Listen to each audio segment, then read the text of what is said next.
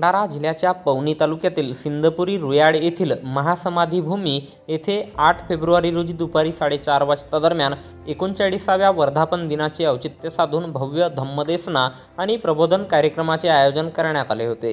यावेळी हजारो अनुयायांनी उपस्थित राहून महासमाधीचे दर्शन घेतले आणि प्रबोधनाचा लाभ घेतला।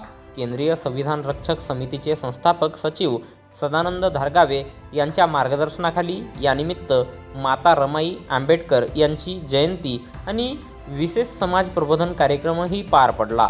विशेष म्हणजे समितीच्या वतीने कार्यक्रमाला उपस्थित असलेल्या 4 ते 5 हजार पर्यटकांसाठी भव्य बफे डिनर आणि पिण्याच्या पाण्याची चोख व्यवस्था करण्यात आली होती, ज्यामुळे भाविकांची मोठी सोय झाली।